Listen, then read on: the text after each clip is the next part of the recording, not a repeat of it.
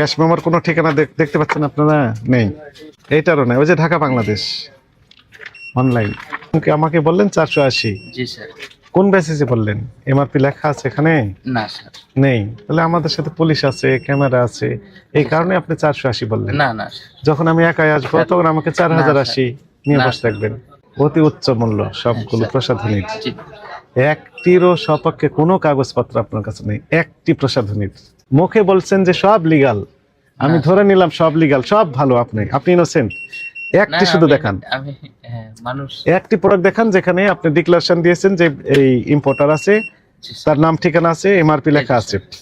সুন্দর করে মেখে রাত্রে ঘুমিয়ে পড়লো, সকাল উঠে দেখবেন যে ত্বকের উপরের আবরণটা নেই, উপরের অংশটা নেই। কেমন লাগবে তখন?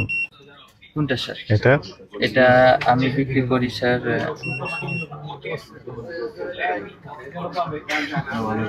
480 টাকা। বুঝলেন কি? 480 টাকা। 480 টাকা মানে আমাদেরকে 480 মনে করে, আমাদের টিম না থাকলে আপনি 4080। না স্যার, কত? আমার ছোট ক্ষুদ্র ব্যবসায়ী হিসেবে এমন কোনো কাস্টমার নেই বা কোনো কিছু নেই। তাহলে আপনি মনে করেন একজনকে আমাকে বললেন 480। জি স্যার। কোন বেসিসে বললেন? এমআরপি লেখা আছে এখানে? না স্যার। নেই। তাহলে আমাদের সাথে পুলিশ আছে, ক্যামেরা আছে, এই কারণে আপনি 480 বললেন। না না, যখন আমি একাই আসবো তখন আমাকে 4080 নিয়ে বসে থাকবেন। আমি জাস্ট এতটুকু বলবো স্যার, আমার কোনো কাস্টমার আমার তো শপের নামে যদি চিনি পরিমাণ যদি কেউ অভিযোগ করে, আপনি আমার ব্যবসা প্রতিষ্ঠান মানে আমি ব্যবসা করবো না। আচ্ছা ঠিক আছে, থামেন একটু। এখানে আপনি দাঁড়ান, এখানে স্ট্যান্ড করেন। এনার নামে কি অভিযোগ আপনারা দেখতে পাচ্ছেন? যেটার কোনো লিগ্যালিটি নেই সেটা তো ওনার এটা আছে।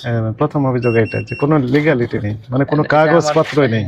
তাহলে এটা আপনার, আমার এটা পারচেজ করার স্যার। এটা পারচেজের কোনো কাগজপত্র নেই, ডকুমেন্ট নেই। আমার কাছে ডকুমেন্টস আছে, কিন্তু আমাকে একটু সময় দিতে হবে যে আমি যেখান থেকে। কত মাস সময় দিতে হবে? ঈদের পর পর্যন্ত? না, অতটুকু মানে আমি যে পারচেজ করে নিয়ে আসছি সে কাগজটা স্যার। হ্যাঁ, আমার হয়তো বা খুঁজলে আমি পেয়ে যাব। হয়তো বা পাবেন, হয়তো বা পাবেন। পাবো স্যার, পাবো, পারচেজ করা পাবো স্যার। আমি ছোট মানুষ স্যার, ব্যবসা শুরু করছি, টুকটাক ভাবে বিজনেস করি। এমন কোনো এতটুক বলতে পারবো, আমার কোনো কাস্টমার যদি নিম্ন পরিমাণ অভিযোগ দেয় এবং আমার শপে এভরিথিং আপনাদের কাছে থাকবে, যদি মনে হয় যে কোনো কাস্টমার জাস্ট অভিযোগ দিয়েছে, আমি ব্যবসা করবো না। আপনার নাম কি? আমার নাম জিল হজ। আপনার নাম সুন্দর, কাজ সুন্দর হয়নি। আমি এখন বলি স্যার, চেষ্টা করতেছি স্যার, এখানে চেষ্টা করতেছি। হাজার হাজার জি স্যার। আইটেমের প্রসাধনী রয়েছে, জি স্যার। এবং এগুলো সব বিদেশি, অতি উচ্চ মূল্য সবগুলো প্রসাধনীর। একটিরও সপক্ষে কোনো কাগজপত্র আপনার কাছে নেই, একটি প্রসাধনীর। হাজার হাজার থাউজেন্ডস অফ কসমেটিক্স আর হেয়ার। না আছে স্যার, কিছু ইউ হ্যাভ নো ডকুমেন্টস। আছে স্যার, একটিও নেই। জাস্ট এই যে স্যার, আপনি আমাকে একটা কথা বলেন, মনে করেন যে বিদেশ থেকে নিয়ে আসছে। হ্যাঁ, এই যে হাগিস। থামেন, ধৈর্য ধরেন, ধৈর্য ধরেন। হ্যাঁ স্যার, ধৈর্য ধরেন। আজকের ওই থামেন, একটু জি স্যার, একটা একটা করে হ্যাঁ ওই উত্থাপন করলেন, এটা নিষ্পত্তি করে তারপর অন্যদিকে যান। অবশ্যই। দেখেন এখানে পাকা ক্যাশ মেমোর বৈশিষ্ট্য হচ্ছে উপরে নাম ঠিকানা থাকবে, তাই না? এখানে দেখেন, আপনারা কি নাম ঠিকানা দেখতে পাচ্ছেন? কিচ্ছু নেই, কোনো নাম ঠিকানা নাই। এখানে কোন প্রতিষ্ঠান থেকে আপনি নিয়ে আসছেন? কোনো নাম ঠিকানা। মাল্টিব্র্যান্ডস কোন দেশের? বাংলাদেশের না পাকিস্তানের না ইন্ডিয়া না দুবাই না সিঙ্গাপুর? বাংলাদেশ। ধৈর্য ধরেন, এখানে লেখা আছে বাংলাদেশ। বাংলাদেশ খালি দিলে হবে না, ঢাকা বাংলাদেশ, ঢাকা বাংলাদেশ দিলে হবে না, স্পেসিফিক হোল্ডিং নাম্বার সহ দিতে হবে। আছে এখানে? আমার সাথে কথা বলেন একটু করে। না স্যার, নেই। জি, এটি অপরাধ। এটা স্যার মানে এটা সম্পর্কে আমার ধারণা নাই যে কোম্পানির। এখন বুঝতে পেরেছেন? এখন বুঝতে পেরেছেন? এখানে নাম ঠিকানা নেই। আপনি এখানে যেমন কোন নাম, শুধু নাম দিয়েছেন কি মাল্টি ব্র্যান্ড লিমিটেড। এটা আমার না স্যার, যে কোম্পানি দিছে সেই কোম্পানি, তার কোনো স্পেসিফিক না, কোনো ঠিকানাই দেওয়া নেই। পাশের দোকানে আপনি যার কাছে সাপ্লাই দিয়েছেন ওইখানে লেখা আছে ঢাকা বাংলাদেশ। জি, ঢাকা বাংলাদেশের ঠিকানায় আমি চিঠি লিখলাম, আপনি পাবেন? না, পাবেন না, কারণ হচ্ছে স্পেসিফিক ঠিকানা নয় এটি, এগুলো ভুয়া ঠিকানা।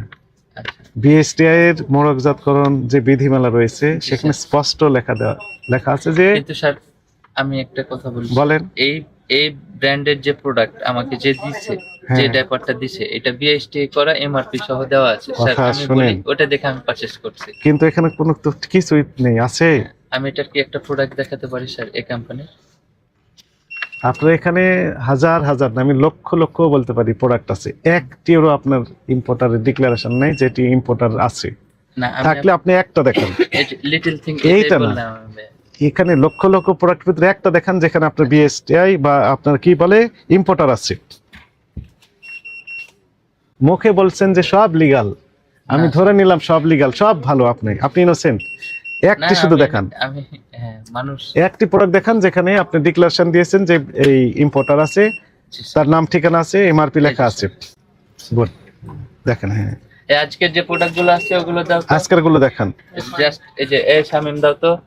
এই যে স্যার এটা একটা। আচ্ছা, এই চাকটা গুড, এই যে। ঠিক আছে, এই অলরাইট। যে।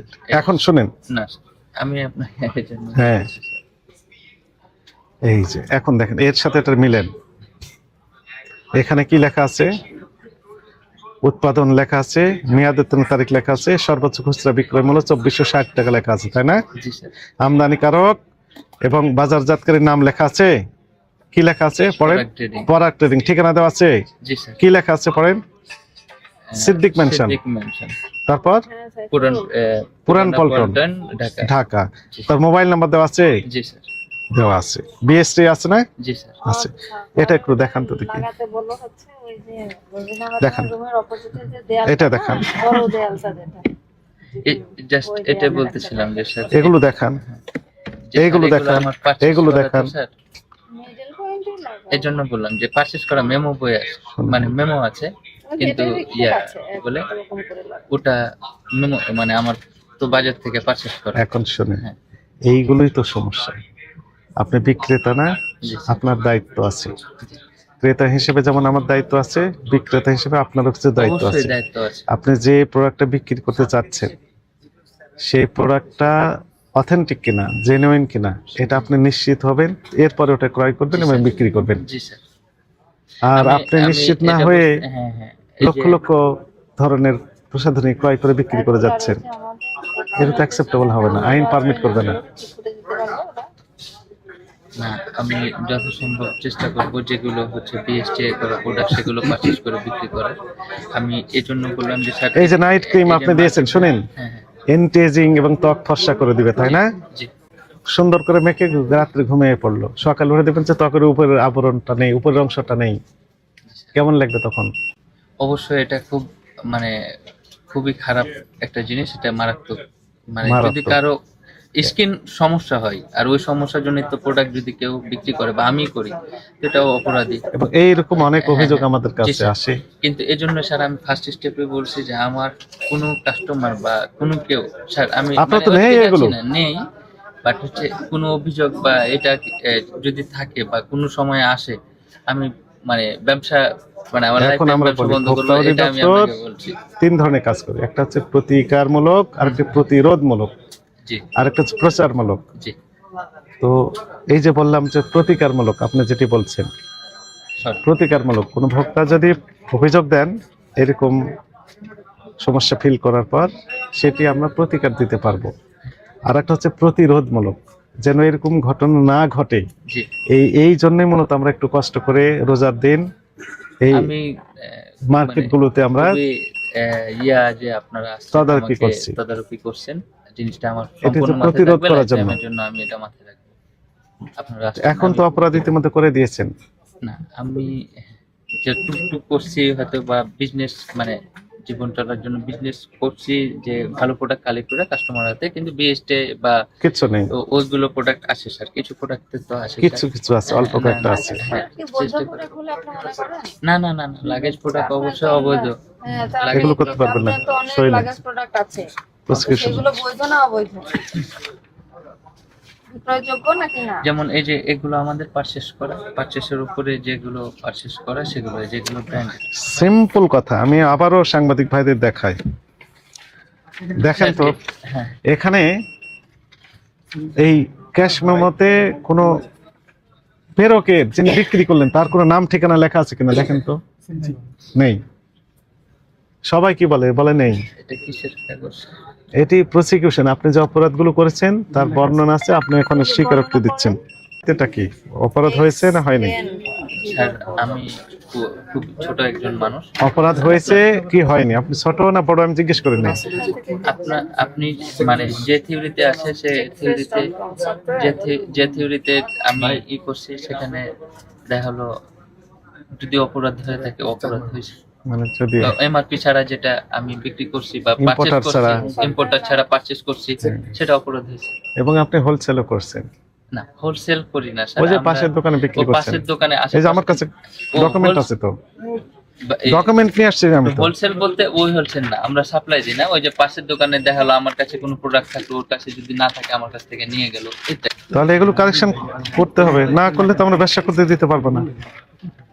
জি অবশ্যই আমি চেষ্টা করব যে আপনার এমআরপি ছাড়া কোনো প্রোডাক্ট স্টিকার লাগানো থাকবে, ইম্পোর্টারের ডিক্লারেশন থাকবে, ইম্পোর্টার উইথ কাগজপত্র রাখতে যেমন হবে, হচ্ছে লাইক এরকম ছাড়া আমি কাগজপত্র সাথে রাখতে হবে। তাই না? যাদের যাদের প্রোডাক্ট কিনবো আমি তাদের হ্যাঁ। কাগজপত্র আপনাকে এই সতর্কতামূলক ভাবে 30,000 টাকা জরিমানা আরোপ করা হলো। কথা বললে আমরা বাড়িয়ে দেবো। প্রত্যেকটা প্রোডাক্টের জন্য আলাদা আলাদা ভাবে 50,000 টাকার বিধান আছে। আপনার এখানে হাজার হাজার প্রোডাক্ট রয়েছে, এই প্রত্যেকটাতে আইনে তো দণ্ডনীয় অপরাধ, এগুলো করতে পারবেন না। আপনাকে এবার সুযোগ করে দেওয়া হলো, ওই দোকানের কেস কারেকশন হয়ে যান। আর যদি না হতে পারেন আপনার ব্যবসা আমরা বন্ধ করে দিয়ে দেবো।